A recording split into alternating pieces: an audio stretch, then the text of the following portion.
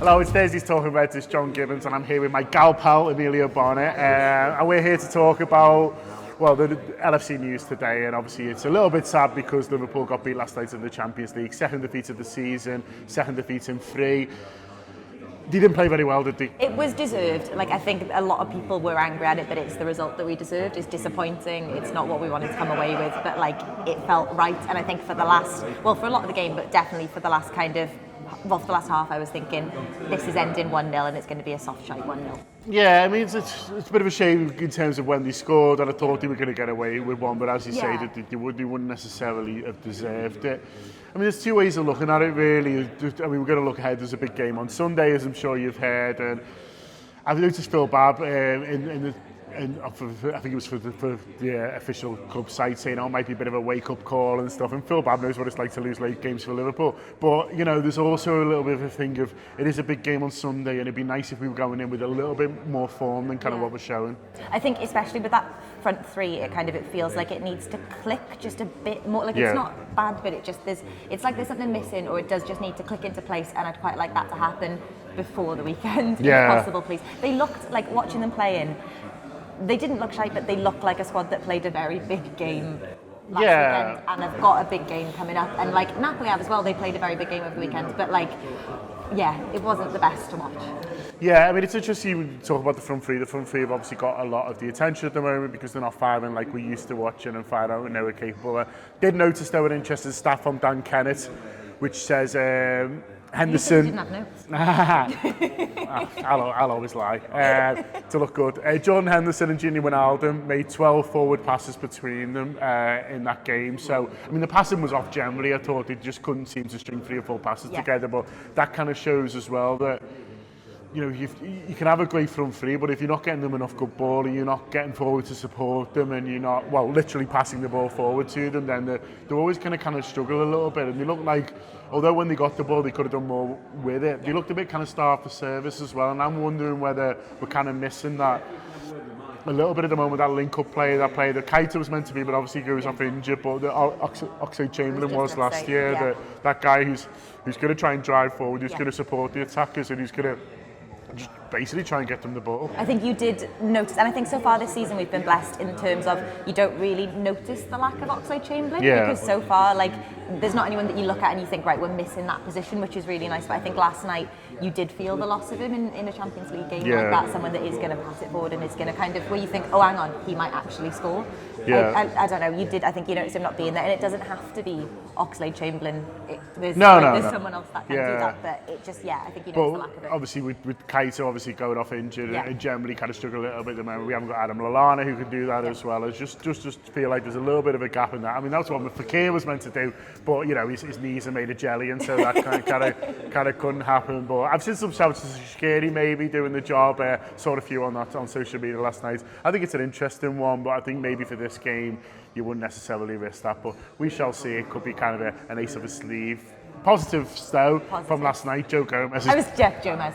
We're making Joe Mez a thing. Paul Senior says it as if it's second nature now. Joe Mez. But also it's a chance to make fun of Paul Senior, which we should never turn down. But no, he was brilliant. I can't remember what it was, second half, but there's a bit where kind of Alisson's a little bit further away than he needs to be, and Joe Mez is just in the goal, ready to kick it out. He's just really good. Yeah, and just so composed, and it's amazing kind of how quickly it seems to happen. I mean, he's been at Liverpool for a while now, hasn't he? Really, you know, since he signed him, but obviously he comes in first at left back. He played it, then gets a really bad injury, and everyone's kind of talked about, one day he'll be a great centre half, but we've heard that before, and then you just turn into Andre Wisdom. Whereas for Gomez, it's happened for him in a way slowly, but also so quickly in terms of this season. And Virgil seems to love him as well, and that's enough for me. Yeah, no, he's playing brilliantly and is a joy to watch. Alisson made me nervous on slippy pitch. Like Steve just kept saying over and over again last night that you can't overstate how slippy that pitch was. As in, it just looked terrible. Like it looked like an awful pitch to play on. Yeah, but I don't think they were making enough of it. Like, I know you were watching it in a bar. I was watching it at my dad's, so I had the full commentary. And they kept saying, apparently the pitch is bad at Wembley, and I was like, it looks awful. It looks awful. No, it was terrible. They were like, it was very, very wet.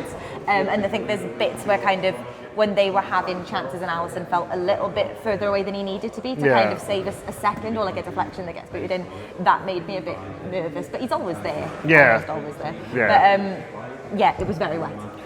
my hot take. Yeah, I mean, I don't know how worried to kind of get about it really in terms of, as I say, I wish we were going into this Man City game with a bit more form, but, you know, in the past, especially at home, Liverpool do raise the game. You know, our record against Manchester City and Anfield is exceptional.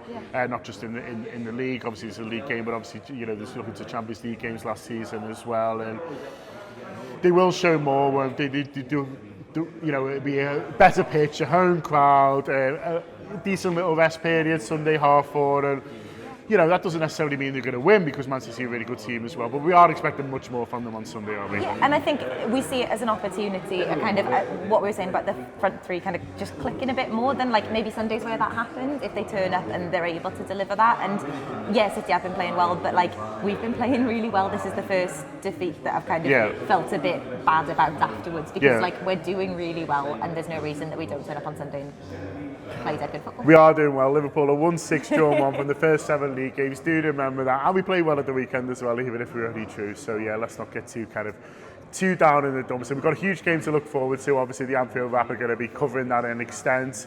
So to a great extent, sorry. So there'll be all the pre-match stuff on Tour Player, which is our subscription podcast service, but also on the videos as well. Gareth and the lads are going to be doing loads of previews and stuff. And also on the day, obviously, we're the best place to come. And across all your social media and across everything that we do pre and post match to make you feel like you're there, even though if you're not. Man City will be there. They're coming on a bus again. Have you heard that they're keeping the route a close-knit secret? I mean, you're a top journalist. How many people?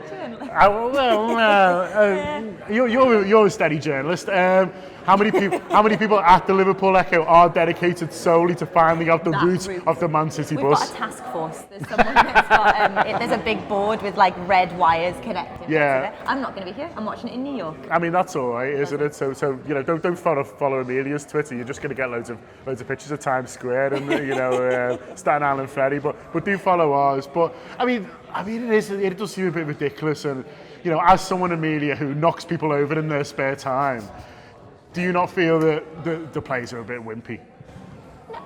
No. Oh, come on. Be nicer to them.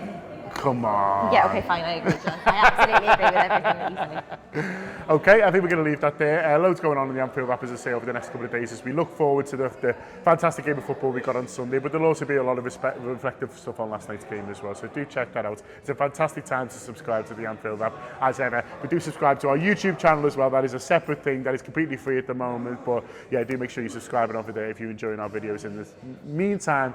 But yeah, thanks to Emilia Bona for coming in, and that's been Thursday's Talking Reds.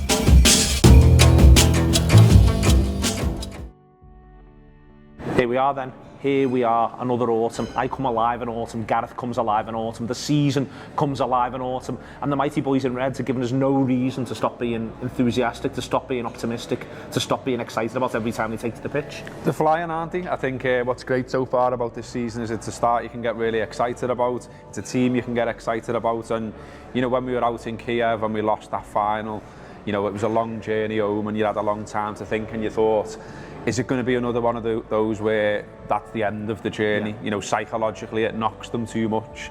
And actually the reverse seems to be true, in that they went, actually that run proved how good we are, that proved we can beat anyone, so let's take that into the next season, and that's what they've done. We knew how good this season City would be, they're proving it yet again, but we're staying with them, we're on the tails, they're only ahead of us on goal difference right now, and that's how it should be, that's how it's got to be, because you know, last season, as much as we loved it, they got 100 points. At 100 points. 100 points. So, you know, that's some bar they've set there. And they might not get there again, but we've got to be almost perfect to stay with them, to stay up there, to win this league.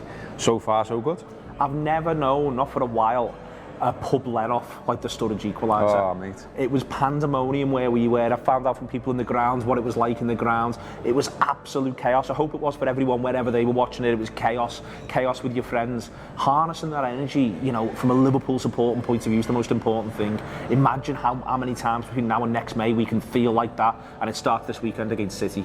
Absolutely, and I always think that Liverpool are at their best when there's sort of this energy and momentum behind them, and that's what we've got right now, and I think that Chelsea draw kept that going, which was so important. I mean, you know, some people who, in my mind, aren't getting it, say things like, well, you know, why are you going so mad about a draw? It was the nature of the draw. It was the fact that Liverpool knocked and couldn't get through, and you just thought it's one of those days. Then Daniel Sturridge comes on the pitch, does that, announces to the world yet again what a great finisher he is, and we all fall in love with him again. And now there's that energy around the city again. Everyone you talk to is buzzing about Liverpool. Everyone can't wait for the next game. And you know, it's big game after big game after big game. It's what the media was calling this nightmare run. And the only thing that went wrong was, you know, the match that probably you could cope with us losing in terms of the League Cup. So yeah, it's been brilliant. It's been a great journey already, and it's an early journey, isn't it? You know, it normally feels like there's a slower start to a season. You get into this later.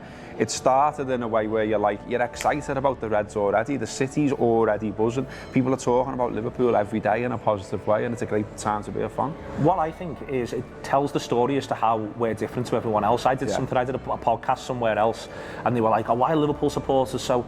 Basically, why you're enjoying it all so much, and it was such a strange thing to have been asked. You know, it was almost like Liverpool supporters are doing everyone's heads in because they're having such a fabulous time already.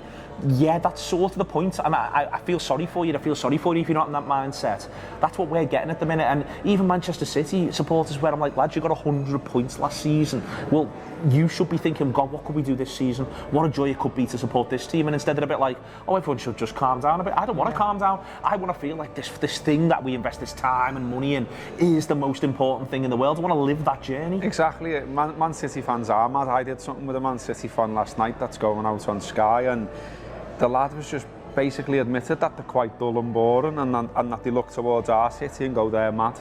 You know, why are they so romantic about football? Why do they get so excited about football? Because it's fun, lads. Yeah. You know, and like this thing where, you know, you have opposition supporters taking the piss out of us all the time for saying it's our year. That's what football fans should do. Hope and dream and enjoy it. And if you're just all worrying that something's going to go wrong, like a Team City fans permanently are, even though they've got one of the best squads in the world, you know, you're doing it all wrong, lads. It's you who've got it wrong, not us. You're absolutely right about the positivity. We saw that in the summer when we spoke to Klopp and when we spoke to Robertson, both of them. There was a steely determination, but it was also, you just got the impression from both of them, really, they're having their time of their lives as well. They're absolutely living a dream, if not the dream. Yeah, absolutely. There was a real sense of positivity, of determinism about the whole squad when we spoke to Robertson and Klopp, and just watching, you know, things like we were lucky enough to get access to the open training, and you could see there that they were going for it, that it meant something. And you know, I'm one who's been a little bit cynical about pre-season friendlies in the past, but it felt like there was more of an edge to this pre-season. Like they all know they're good, they all know there's an opportunity, they all want to be part of it, they all want to be in the first team. And I think it's carried into the season, that in that you've not really seen anyone moan, and you've not seen anyone kicking up a fuss. Everyone's positive. Even the lads who aren't really getting a look in, they're sort of saying things like, well, we know we will, because we're going to be going far in every competition, and there's going to be loads of games, and that's how good we are. And that's what you want. Have a laugh indeed. Have a laugh with us all the way through this season. Honestly, it's been fantastic so far. Did some fantastic stuff last 10, 15 days. We've had Jamie Carragher in talking to us about the build-up for the League Cup game and what it is to run a squad. We've got fantastic video stuff on our YouTube channel that's going all the time as well. It's £5 a month for all the audio you could possibly need. £5 a month for our immediate post-match reactions, for our reviews, for our previews, for 14, 15, 16 shows a week. That's just the audio. There's the video as well on YouTube. Come and enjoy this most fantastic of Liverpool seasons with us. We will live together, we'll win together, we'll draw together. We may never lose together. It is the mighty boys in red. Come and join the Anfield Wrap.